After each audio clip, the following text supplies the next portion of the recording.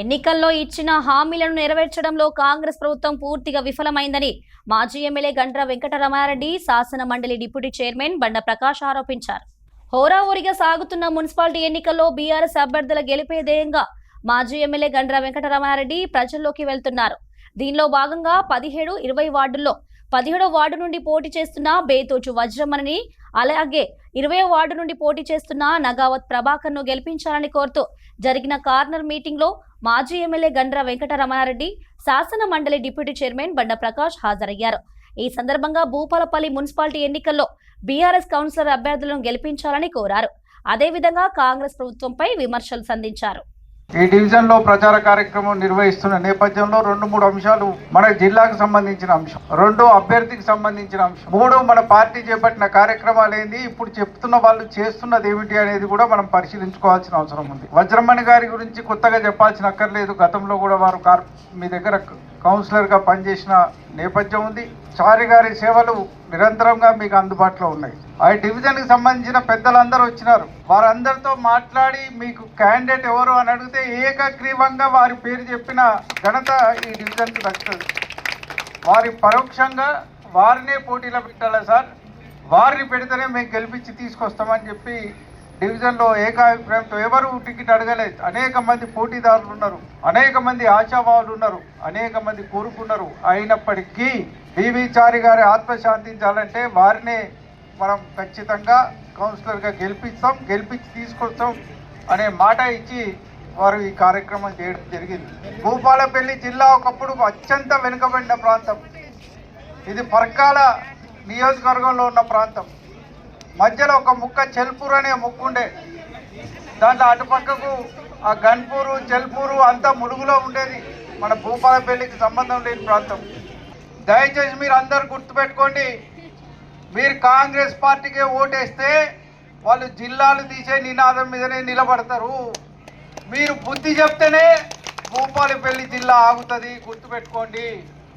మీరు వాళ్ళకు ఉల్టా ఓటేస్తేనే ప్రజలు మా తప్పులు గ్రహిస్తున్నారు. మేము తప్పులు చేస్తే ప్రజలు ఊరుకోరు, తప్పనిసరిగా గుణపాఠం చెప్తారనే ఆలోచన వాళ్ళకు వస్తే తప్ప వెనకడుగు వేయరు. లేదు ఇట్లనే ఊరుకుంటాం, వాళ్ళు చెప్పిందల్లా వింటాం, వాళ్ళు ఏం చెప్తే గదే నడుస్తుంది అనుకుంటే మాత్రం ఈ జిల్లా పోడు ఖాయం. భూపాలపల్లి అనేది చరిత్రలో కూడా కనుమరుగయ్యే పరిస్థితి ఉందనే మాట కూడా ఈ సందర్భంగా మీకు మరొకసారి నేను మనవి చేస్తున్నాను.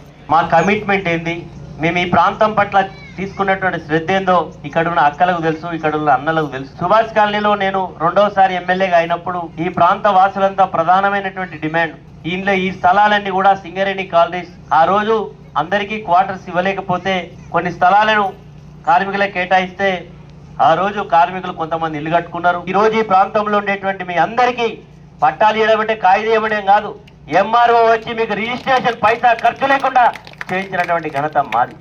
ఈరోజు మీ అందరికి కావడం వల్ల ఈ ప్రాంతంలో ఉండేటువంటి అందరికీ ఒక బాధ్యత వచ్చింది. ఒక బ్యాంక్ లోన్ పెట్టుకోవచ్చు, ఒక ఇల్లు పెద్ద కట్టుకోవచ్చు అనే ఒక విశ్వాసం కలిగేయడం జరిగింది. ఈ సందర్భంలో ఎవరైతే జిల్లా ఇచ్చిండ్రో ఆ జిల్లా యథాస్థితిగా కొనసాగాలంటే భారత రాష్ట్ర సమితి ఈ భూపాలపల్లిలో జెండా ఎగరాలి, ఇక్కడ మున్సిపల్ స్థానాన్ని గెలవాలి. అప్పుడే ఇది ఆగుతుంది తప్ప ఒకవేళ కనుక మేము ఏది చేసినా వేరే పార్టీ కనుక గెలిస్తే మేము ఏది చెప్పినా ప్రజలు మమ్మల్ని పట్టించుకోవట్లేదనేటువంటి పద్ధతి అహంకారం నెత్తికెక్కుతుంది. కాబట్టి ఆలోచన చేయమని మిమ్మల్ని అందరినీ కోరుతున్నా. మరి కొద్దిగా అటు ఇటు ఆలోచించి తప్పకుండా వజ్రమణి గారిని పెడదాం సార్ అని చెప్పిండు. చెప్పిన తర్వాత మేమంతా కూడా బీవీ చారి గారు ఏదైతే చివరి కోరిక ఉందో తీర్చాల్సినటువంటి బాధ్యత ఆమె నిజంగా చాలా గొప్ప చేసుకొని వచ్చింది. నేను పోటీ చేయననే ముభావంగా ఉన్నా నేను ఆమెకు నచ్చజెప్పి ఒప్పించి వారి కుటుంబీకులను కూడా ఒప్పించి పెద్దలందరితో చెప్పించి ఆయన చివరి కోరిక తీర్చే బాధ్యత నీది, నువ్వు నిలబడితేనే ఆయన చివరి కోరిక తీరుతుంది, ధైర్యంగా రమ్మన్నప్పుడు చాలా బాధతోటి ఆమె ముందుకొచ్చింది. కాబట్టి బీవీ చారి గారి చివరి కోరిక తీర్చే బాధ్యత ఇక్కడ ఉన్న అమ్మలది, అన్నలది, అందరిది. మీరందరూ కూడా గెలిపిస్తేనే ఆయన ఆత్మ శాంతి చేకూరుతుంది. కాబట్టి తప్పకుండా గెలిపిమని మిమ్మల్ని అందరినీ కూడా వారి తరఫున, వారి కుటుంబం తరఫున, పార్టీ తరఫున మిమ్మల్ని అందరినీ మరొకసారి కోరుతా ఉన్నా.